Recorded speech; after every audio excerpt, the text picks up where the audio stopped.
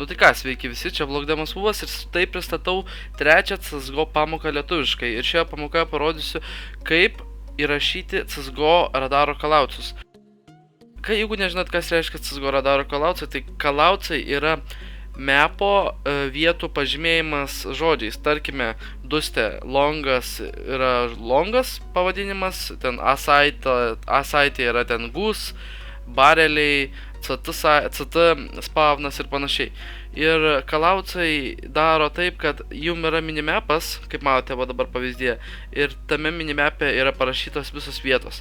Tai jeigu jūs, tarkime, mirštat ir norite pasakyti savo komandos draugui informaciją, kur mirėt ir kur priešas, ir jūs neprisimenat tos vietos, kaip vadinasi, nes visiems taip turbūt yra atsitikę, tai labai naudingas dalykas turėti va šitą įsirašytą dalyką, tai radaro callouts.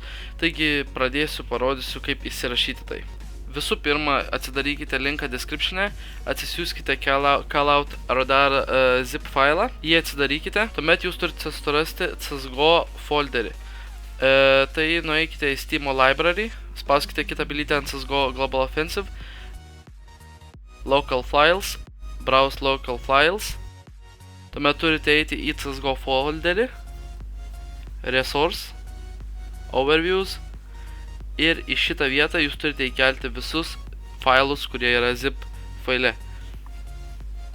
Paspausti do this for the next 10 conflicts ir move and replace, kad visi buvę failai įsikeltų ir pasikeistų į tuos, kuriuos įkeliat. Tai va, viskas šiame video. Parodžiau, kaip įsirašyti, kaip atrodo, taip ir kam naudinga šitie calloutsai. Tai ką, jeigu patiko šitas video, palaikinkite, pakomentuokite, ką manote apie šitą tokį naudingą daiktą, ką galima panaudoti CSGO pačiam žaidime.